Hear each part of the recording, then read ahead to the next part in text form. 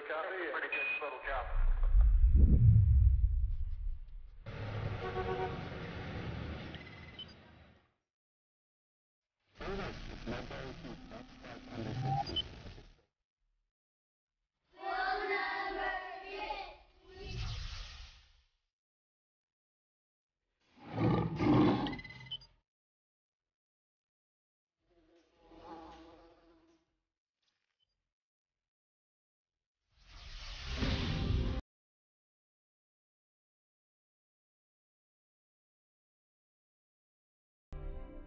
As we look around us in this complex world, we see information everywhere.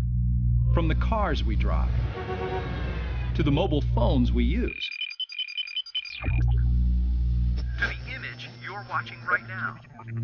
Information is everywhere and is an essential part of our lives. We're drowning in information and yet starving for knowledge. With so much information all around us, have you ever stopped to ponder the information of life? The code that's in every cell, every piece of DNA, and all living things. Hi, my name's Chris, and we're going to dive deep into the world of cellular biology and information science to see if we might get a little closer to the big question, where did we come from? You know, even though we've made many breakthrough discoveries in science, there's still so much more to be discovered. It will be through these discoveries that we'll be able to cure disease, improve our well-being, and possibly discover the origin of life. And with the most common worldview of life's origin being chemical evolution, how does this scenario align itself with our knowledge of information science? Information science is changing the way that we think about all living systems.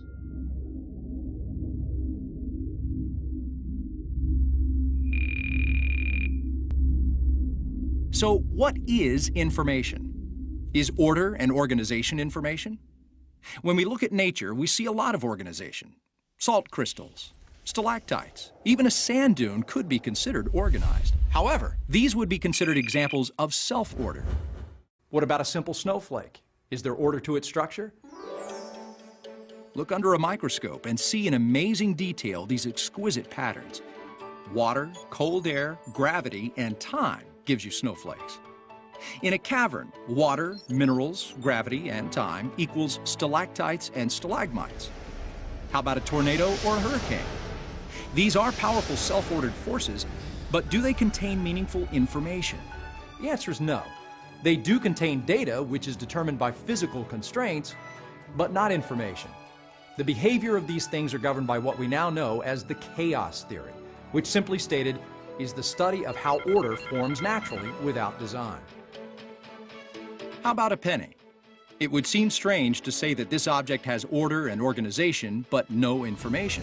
After all, a piece of metal could never become this perfectly round on its own. The letters and imagery clearly show information and organization as well. Could Mount Rushmore in South Dakota have occurred from years of exposure to the elements, where the soft rock has eroded away while the hard rock remained, giving us the impression of past presidents? Not likely. So the real question is, can information form by chance? It seems that things containing information are highly organized, but there's more than just order. Much more. Information is intangible, because there's always a sender of the information, and there's always a receiver of the information that has some ability to decipher the information, decipher the meaning behind the information that's being sent, and then changing into some meaningful, useful purpose. Information must have a sender and receiver in order to communicate. For instance, these flashing lights have no meaning to us. But what happens when we place them in a straight line and add color? Now we recognize the code that's being transmitted, directing us to stop at red and go on green. This preconceived knowledge is important, and it makes a big difference in our everyday lives. In fact, without this knowledge, our travels would become quite chaotic and dangerous. So you see that even a simple code like these traffic signals can be considered information if knowledge is sent and received. In a moment, we'll discuss the information in living systems, but first, let's discuss three main categories of information that scientists use. The first is called Shannon information. Shannon information provides only a mathematical measure of probability, like if we rolled a die 100 times and recorded the results. This would give us data, but it would be random data, not useful information. The second category is called functional information. This is information that's useful and practical, like our traffic lights. Information is sent by the source and understood by the receiver in order to ensure safe travel. The last category is called prescriptive information. Prescriptive information is what we're going to be primarily focusing on. It's instructional information used to determine what choices to make and could even be based on a record of choices already made. In order for something to be considered prescription, the receiver of the message must have the knowledge of the source's alphabet, rules, and encryption in order to decipher the message and act on it. For instance, have you ever seen what software code looks like? At first glance, it just looks like a bunch of random characters. However, if you know what those characters represent and you have a system to decipher the code, you can understand and create extremely powerful prescriptive programs. Think about it. What at first appears to be just meaningless ones and zeros is actually information, knowledge, just waiting to be interpreted and executed. It's incredible to think about how much information exists all around us.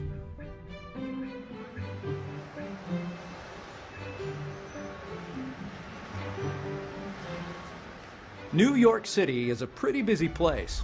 The traffic, the people, the messaging, the systems of transportation. But when comparing a living cell to this great city, New York pales in comparison. A cell is so complex that scientists have only scratched the surface of what really goes on in there. However, even with our limited understanding, what we do know is that the inner workings of a simple cell are simply extraordinary. It's almost like there's a miniature city in every cell, and everybody has their own little job. If all the traffic lights decided to all just go crazy, you have issues that not only do we fix the light, but also we have traffic issues, we have crime issues, we have problems that snowball from one part breaking down.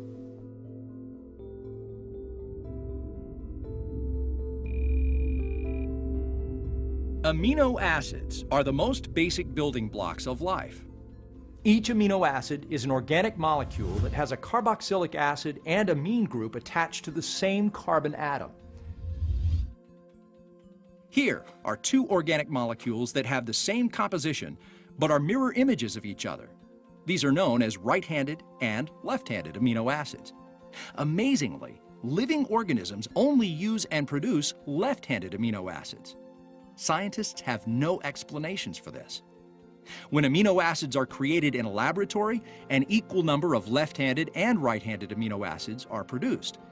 It's a fascinating mystery that living systems only produce and use left-handed amino acids. Equally fascinating, these amino acids have many different functions. One particularly important function is its role as the building blocks of proteins.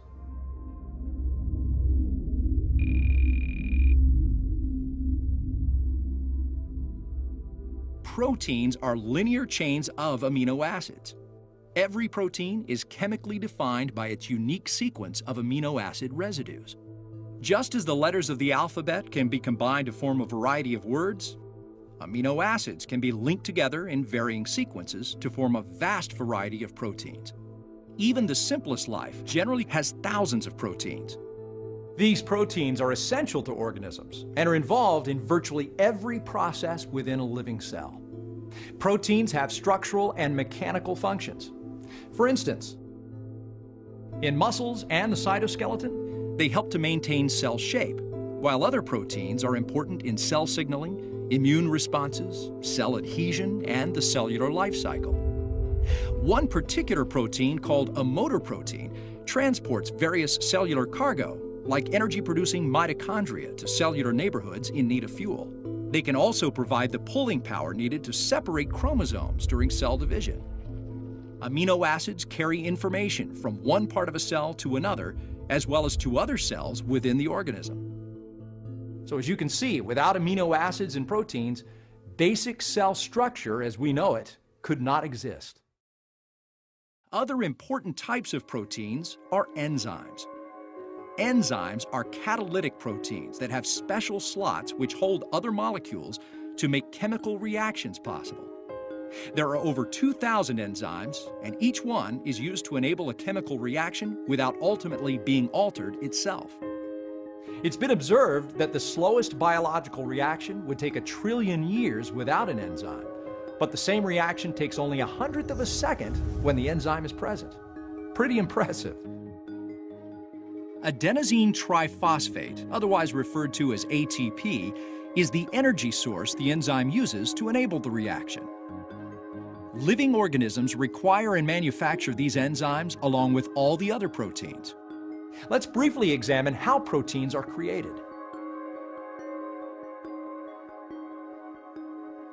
This animation demonstrates how the digital information encoded within DNA is used to direct protein synthesis. This is a DNA double helix containing the digital code which directs the cell in all aspects of operation. And here we see a protein complex called an RNA polymerase traveling down the DNA strand. As it moves down the strand, it carefully unwinds the DNA, preparing it for transcription. Inside the polymerase, we see a single-stranded copy of the original instructions being assembled as individual bases are positioned and added to the growing strand. A stop code marks the end of the protein specification, at which point this copy, known as a messenger RNA transcript, exits the polymerase and heads towards a 2-part chemical manufacturing machine called the ribosome.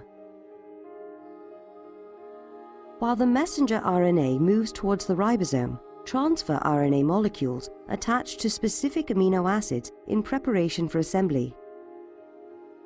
As the messenger RNA transcript passes through the ribosome, the process of translation begins.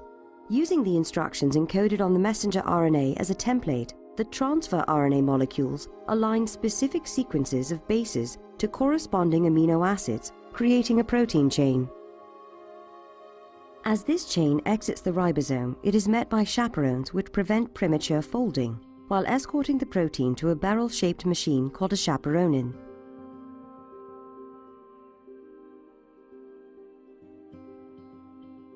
This machine helps fold the protein into the precise shape required to perform its function.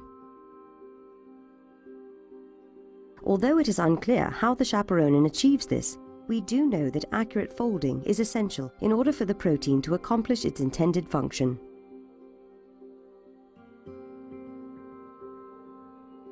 Once the protein is complete, it is released into the cytoplasm to do its job.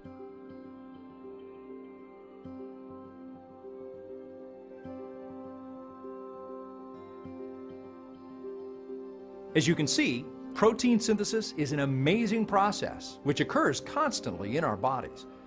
Now, get this.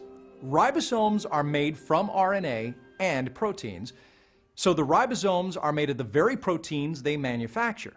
In fact, it takes over 150 existing proteins to manufacture just one protein. So in essence, it takes a protein to make a protein. It's this chicken and egg scenario that continues to baffle scientists. There are thousands or millions of interacting computers in every cell that communicate with one another. They read the information, they transfer information from one component to another component. There are many different operating systems involved. There are different programming languages involved with the various components that are within the cell. And all of them have the same components that any other computer would have. Bill Gates, who pioneered the personal computer and founded Microsoft, once said, "Human DNA is like a computer program, but far, far more advanced than any software we've ever created." The implications of this statement are quite profound and controversial. It seems as if Mr. Gates is calling things in our cells information and DNA a kind of software program. Most typically think of a computer as something we use to access the internet or to email a friend. However, that's an example of an electronic computer. We also have mechanical and biological computers. The necessary and sufficient components of any functional computer are memory for data storage, an executable program containing instructions for processing data, the processor, which executes the instructions, and the capability to produce meaningful output. Many components of cells are components of real biological computers, equivalent to the components of electronic computers. For instance, DNA and RNA can hold prescriptive information or algorithms, and proteins can be used to hold, transfer, or process data. Proteins are the output generated by the translation process of a ribosome's computer system. Scientists have also discovered something known as the interactome, which is an incredibly dynamic network used by the cell for internal communication. It's like the internet of the cell, where proteins, RNA, and DNA can stay in constant communication with each other. We also know there is a cell-to-cell exchange of information integrating our entire body. So, how accurate was Mr. Gates? Well, in 2010, the noted microbiologist Craig Venter and his team accomplished an incredible feat, surpassing their previous accomplishment of determining the complete sequence of the human genome. They created the first computer-designed, synthetically produced genome, which is the set of application programs for an organism. This artificial DNA had over 1 million letters of genetic code that were then read, processed, and executed by the computer systems in the target cell's nucleus. Thanks to Venter, these biological computers are no longer theoretical. They are experimentally verified. In an interview, Venter stated, "Life is basically the result of an information process, a software process. Our genetic code is our software, and our cells are dynamically, constantly reading that genetic code." When cells were discovered over 300 years ago, it was thought that the structure of a cell was very simple. With the inventions of the electron and proton microscopes, we now have a much clearer understanding of the intricacies of life. The cell is an extremely efficient and well-networked computer system with thousands or even millions of processors and billions of bits of information. Cells are the structural and functional units of all living organisms. Some organisms, such as bacteria, are unicellular, consisting of a single cell. Other organisms, like humans, are multicellular, having many cells. In fact, it's estimated that an adult human has over 100 trillion cells, and each cell is an amazing world of its own. It can take in nutrients, convert the nutrients into energy, carry out specific functions, and reproduce itself as necessary. Even more amazing is that each cell stores its own set of instructions for carrying out each of these activities. Let's take a closer look at how a cell works. The first thing we see is the cell membrane. Much like the firewall software on your computer, the membrane contains protein gatekeepers, allowing only those components into the cell that belong and rejects all other components. Once we pass through this membrane, we see the organelles, or the organs of the cell. Ribosomes are the computer-controlled protein manufacturers of the cell. By fastening to an mRNA and using it as a template, the ribosome arranges amino acids in the correct sequence to form a particular protein. This process is known as translation. Golgi body.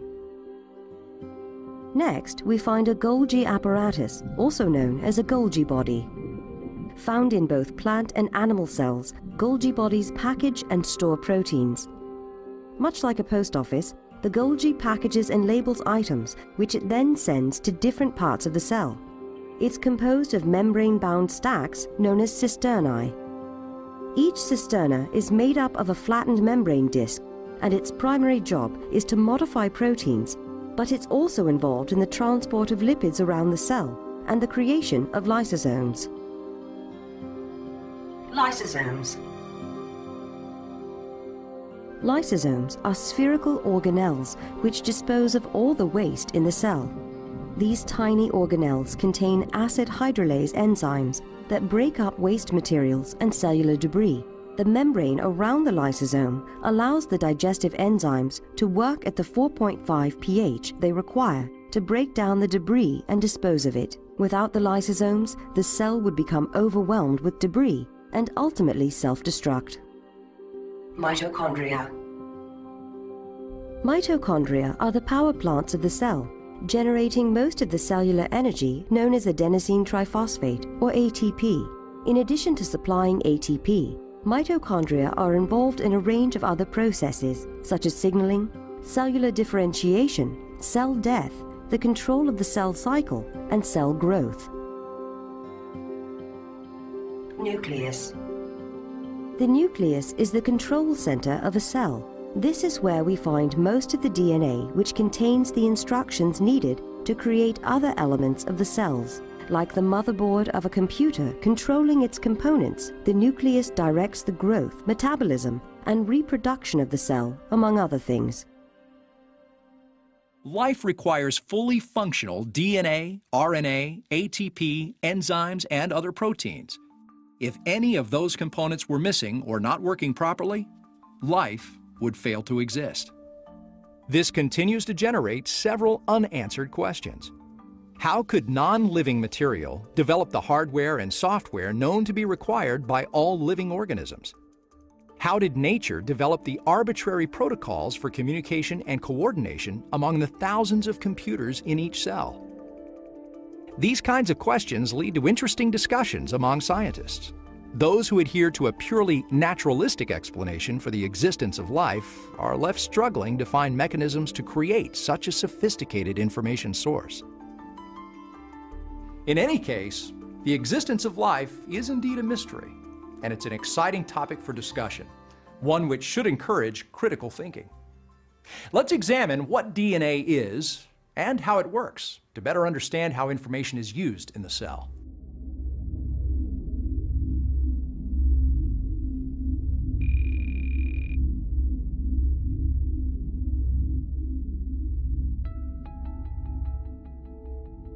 Deoxyribonucleic acid, or DNA, is a long polymer of nucleotides, each nucleotide being a deoxyribose sugar molecule, one phosphate group, and one base. Nucleotides are joined together to form the DNA backbone. A second DNA strand then joins the first to form a double helix. You may recognize the code letters A, C, G, and T, which are the 4 bases used in DNA. These bases are adenine, A, cytosine, C, guanine, G, and thymine, T. Like the code in Mr. Gates' software, the sequence of the 4 bases encodes genetic instructions used in the development and functioning of all known living organisms. Once organized, this information is what makes up the gene, and genes, as we all know, contain the recipes for the components of life. Genes hold all the information to build and maintain an organism's cells, and they also pass genetic traits to offspring. Human DNA contains an estimated 20 to 25,000 genes in its approximately 3 billion base pairs. And did you know that if the DNA in an adult human's body were laid out end to end, it would be about 30 billion miles long? That's enough to travel the distance from the Earth to the Sun over 320 times. A gene contains both coding sequences that determine what the gene does and non-coding sequences that determine when the gene is active, as well as thousands of other regulatory functions. Less than 2% of the genome is for coding proteins. The other 98%, which used to be thought of as junk DNA, is now being studied to determine its functionality. Chemically, the DNA in the cells of my body is the same as that in a fruit fly, an orange, a hippo, an elephant. It's all the same chemically. The uniqueness to all of those species of living things lays in the information content of the DNA. So while the chemistry may be the same, the actual information that's embedded in that chemistry is very, very different. And the challenge for molecular biologists such as myself is understanding completely what that information means. When a gene is active, the coding sequence is copied in a process called transcription, producing a messenger RNA or mRNA copy of the gene's information. mRNA is produced by a protein that's over 3,000 amino acids long as it reads the genetic code. Wait a minute. How can messenger RNA require a protein that reads the genetic code, but yet the protein needs the messenger RNA to be produced? Could these have both come into existence at the exact same time with the meaningful information needed for both to operate properly? As you can see, much is still a mystery when it comes to the origin of this complex organic language. And what's fascinating to me, not only do proteins create proteins, but we have proteins that are actually creating the DNA molecule. That's our blueprint. And yet on the DNA molecule, there are sequences of part of the DNA that are coded for those proteins. So the manufacturing plant needs the blueprint, and the blueprint, the DNA, needs the manufacturing plant in order to actually create the DNA. So what came first, the proteins that made the DNA or the DNA that made the proteins? Once DNA is organized into a single coiled piece, it's then wrapped around a complex hierarchical structure of proteins. This is what is commonly known as a chromosome. There are 23 pairs of chromosomes in the human genome. A genome is a full set of chromosomes containing all the inheritable traits of an organism. And as we observe our surroundings, we can see there are many different genomes in existence, creating very unique and incredible organisms. If it seems like your body is constantly working hard, it is. Living organisms continually produce new cells through a process called cell replication throughout their entire lives. And here's how it works. First, we start with our DNA double helix. Helicases are molecular motors that use the chemical energy of ATP to break hydrogen bonds between bases and unwind the DNA double helix into single strands. This process is used for both replication and repair of the strands. If unwound, a single DNA strand would be about 6 feet in length. And yet, it fits into a cell which can't even be seen with the human eye. Remarkably, these strands are kept from tangling as they are separated and duplicated. Next, these strands are copied by enzyme-based computers, creating an exact replica of each original strand. Over 30 different proteins are required for duplication and repackaging of cellular components during cell division. It's from this tiny, masterfully complex cell that life is formed. All living organisms begin with one cell. As cell division takes place, we see multicellular organisms take form. When we stop to think about our own body having approximately 100 trillion cells, each group having a unique purpose, such as epidermis, the lungs, heart, skeletal structure, muscles, nervous system, digestive system, reproductive system, immune system, and the brain all working simultaneously to form this magnificent machine we call the human body, we begin to have an appreciation for the complexity, elegance, and beauty of life. And as we look around us at the millions of plant and animal species, it becomes incredibly breathtaking to ponder how much information and organization must take place for all of this life to exist.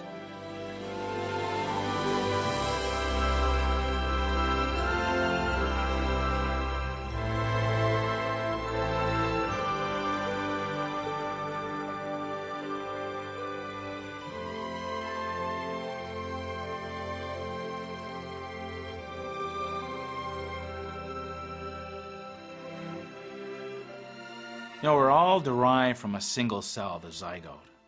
And what marvels me is from this single cell, we get 250 distinct cell types, each of which has a very, very unique program. All of the cells, with a couple of exceptions, have a nucleus and have a genome, and that genome is the same across all the cells.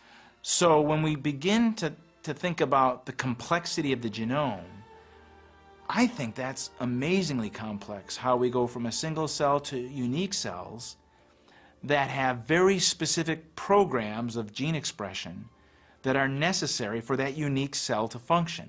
But we're only beginning to understand the information in our genome that directs those unique programs of gene expression.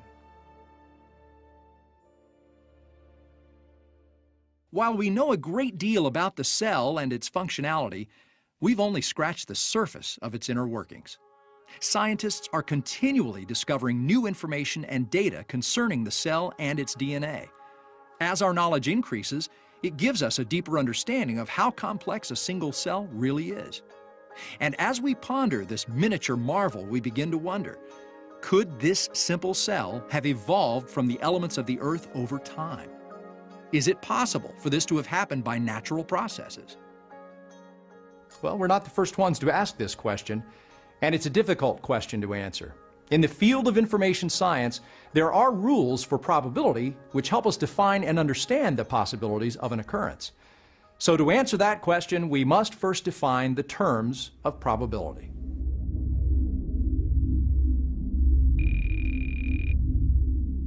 There are a number of important terms related to probability. Terms you may have heard, but you may have misconceptions as to their meaning. They are possible, feasible, probable, infeasible, and impossible. Without fully understanding the meaning of these terms, you won't be able to make an intelligent, informed decision concerning the origins of life. And when these terms are not understood, people can easily be misled into believing something is scientific fact, when in reality, it's just speculation. Well, let's get started. The term possible, in the context of science, means a non-zero probability. In simple terms, possible means the event could happen. But this term should only be used when known science demonstrates that to be true. It would not be scientifically accurate to state it's possible for a die to be rolled and end up on edge unless it's been demonstrated that the on-edge result is, in fact, possible. Scientists commonly make the mistake of using the phrase, it's possible, when in reality, they should be saying it may be speculated. Now, at first glance, this may seem like semantics. However, to an information scientist, these differences are what define science. If a person uses the term possible, then he or she must verify that the assertion they're making is indeed possible using known science. The term feasible is similar to possible because it too is a probability that also needs to be verified using scientific principles.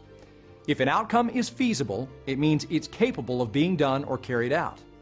On the contrary, when we talk about infeasible, we're saying it is impractical or unworkable, not capable of being carried out or put into practice. Now, an outcome is considered probable when its possibility of occurrence is at least 50%. For example, in rolling a pair of dice, it's probable that the sum will be greater than 6. Why? Well, there are a total of 36 possible outcomes when rolling a pair of dice, and of those 36 combinations, 21 of them lead to a sum greater than 6, giving us a 0.583 probability, or more than 50%, that the sum of both dice will be greater than 6 on any given roll.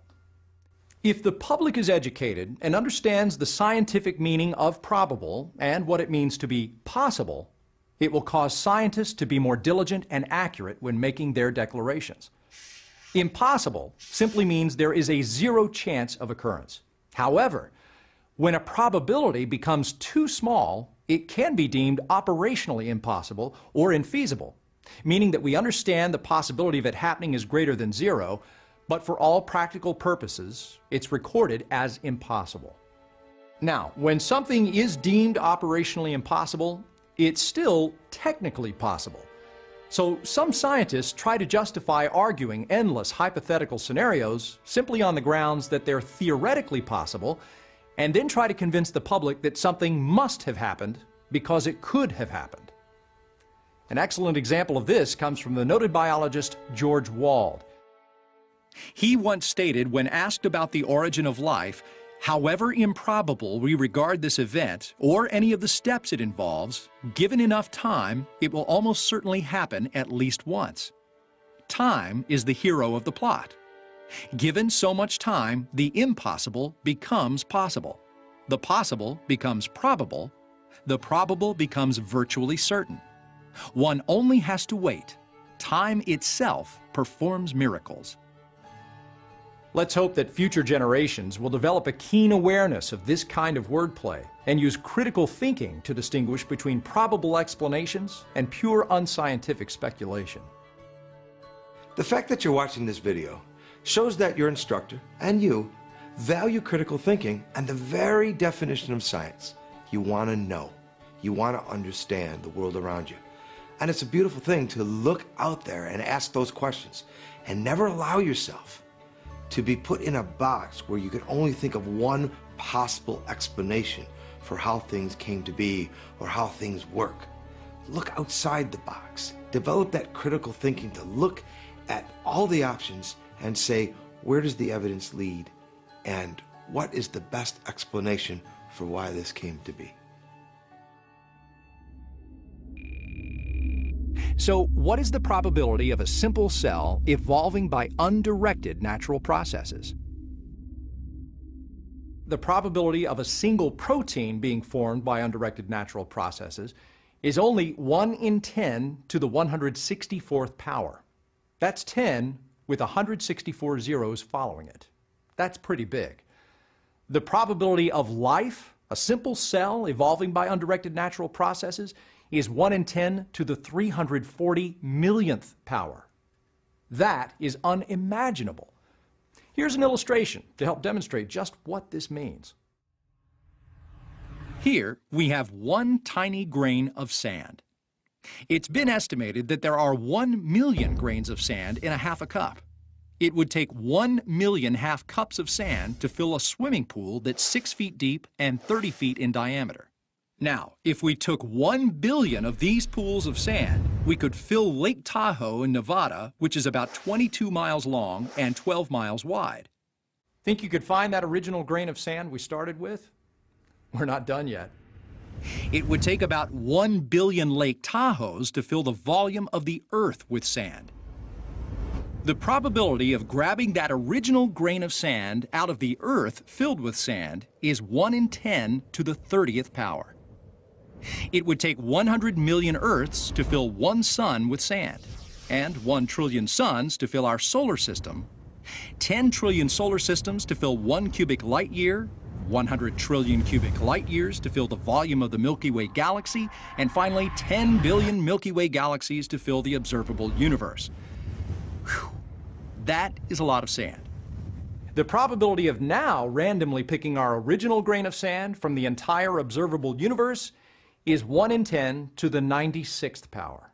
Still a far cry from our protein being formed at 1 in 10 to the 164th power, and even less chance of life evolving from undirected natural processes at the probability of 1 in 10 to the 340 millionth power. Starting to get the idea?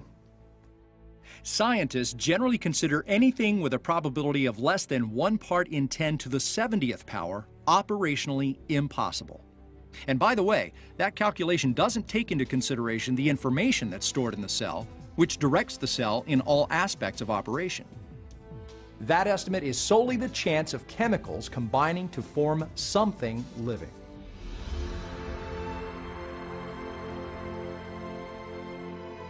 So, the chance of life evolving and retaining the information needed to replicate itself is astronomically smaller than anything we know. And that's only one organism.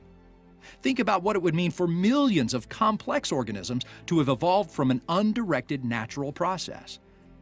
According to information science, the probability is so small that it's deemed operationally impossible. So, knowing all of this, should the popular scenarios of chemical and biological evolution be taught globally as the only explanation of the origin of life and species? It's my belief that we're not opening our minds to the possibility of other explanations. Now, one of the most basic concepts you should have learned is that if observations and data contradict the theory you're testing, then the theory should be modified or abandoned. Unfortunately, this doesn't seem to be happening to the present, most popular model of origins. Instead, many scientists are trying to take information and make it fit the evolutionary models. But is that good science? Critical thinking is required to realize the information science aspects of this and to make sure that whatever scenarios you're coming up with do not violate the principles of information science. Too often, scientists, they believe that information can be generated by physical processes, and that simply is not true. Functional information cannot be generated from purely physical properties.